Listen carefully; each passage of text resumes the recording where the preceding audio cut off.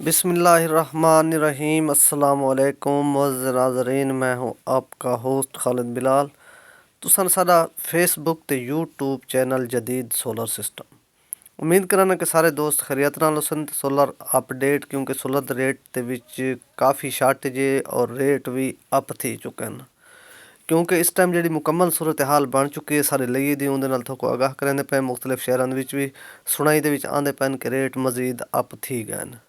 ਤਾਂ ਫਕਤ ਰੇਟਾਂ ਦੀ ਸ਼ਾਰਟੇਜ ਕਾਫੀ ਦੀਆਂ ਤੁਸੀਂ ਤੁਹਾਨੂੰ ਦੱਸਦੇ ਪਿਆ ਸੀ ਕਿ ਮਜ਼ੀਦ ਵੀ ਅੱਜਾਂ ਵੀ ਦਿਮਾਰ ਦੀ ਵੀ ਥੀ ਸਕਦੀ ਹੈ।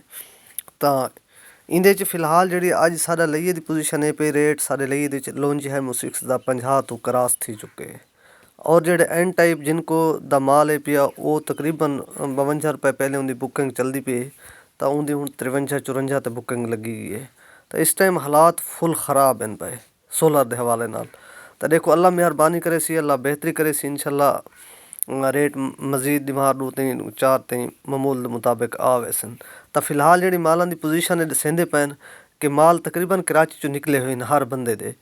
तो जिस वेले भी आने अगर बिल्कुल डिमांड इस तरह की रहेगी जिमें हुण इस टाइम चलती पई है, हो सकते जोड़े माल आने पैन वाल भी पूरे न थी वने शार्टेज जिमें कई दिन वास्ते लगी वने।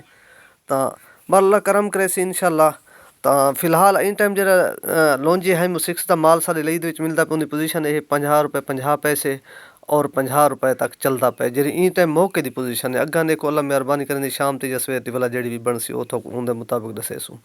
तो बाकी लॉन्च है मो 5 है जी 49 रुपये चलती पई है, 560 और 555 वाला जोड़ा माल है। और इस तो इलावा बाकी है कनेडियन एंड टाइप की जी पोजीशन है पई बुकिंग रेट है पिया जोड़ा वो 52 रुपये का है। और जोड़ा उनका पी टाइप का माल है पिया तो वह है वे पिया तकरीबन इस टाइम 48 साढ़े 48 रुपये। और उनका जोड़ा मौके ते कनेडियन एंड टाइप का 580 वाला माल पे जोड़े बंदे को 52 रुपये इस टाइम देंदे पैन। और इनके तो इलावा बाकी है जिनको एंड टाइप की पोजीशन जी इस टाइम 53 रुपये पर वार्ड है। अगर जिन्हें को पाए थिया तो बुकिंग तकरीबन 52 तक भी करेंदे पैन। और बुकिंग वाला भी 2-3 दिन का तकरीबन टाइम ज़्यादा तो कोई मंगते पे साढ़े ਲਈ 3 दिन 4 दिन का टाइम गिनते पैन। और जोड़ा जिनको दा पी टाइप का माल है पिया 550-55 वाला तो वह 47 रुपये पर वार्ड। ये इस टाइम काफ़ी सारे भाई भी तनकीद भी करेंदे पे हुन जोड़ा रेट मौके का खड़ा होंदे ना असा उन रेट के मुताबिक दसने हैं। मुख्तलिफ शहरों में मुख्तलिफ रेट भी होने कोई नहीं कि लईए ज़्यादा है या लईए कम है। तो जोड़ा साकू रेट मिलता असा उनके मुताबिक दसने हैं। तो ये नहीं कि हतमी रेट भी नहीं होंगे पक्के रेट भी नहीं होंगे, क्योंकि जेरी पोजीशन खड़ी उनके मुताबिक असें आगाही देनी होंगी।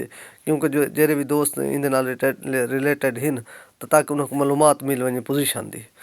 तो बाकी है ट्रेना सोलर उन्होंने भी रेटा इस टाइम माल ट्रेना का भी कोई नहीं मार्केट के एक रेट का कुछ बाय एक रेट के माल हिन पे। तो ट्रेना का भी वो भी माल इवें शार्ट है मार्केट के अंदर। ट्रेना का जरा पी टाइप का माल है वो ਜਾਂ कितने न कितने मिलता पे तो वो भी 46-47 रुपये तक मिलता पे। बाकी है जे का माल तकरीबन अज भी मिलता रह गया चौक आजम फतेहपुर जी साकू पोजीशन मिली है। तो उनका भी जोड़ा पी टाइप का माल है 46 रुपये तक विकता रह गए।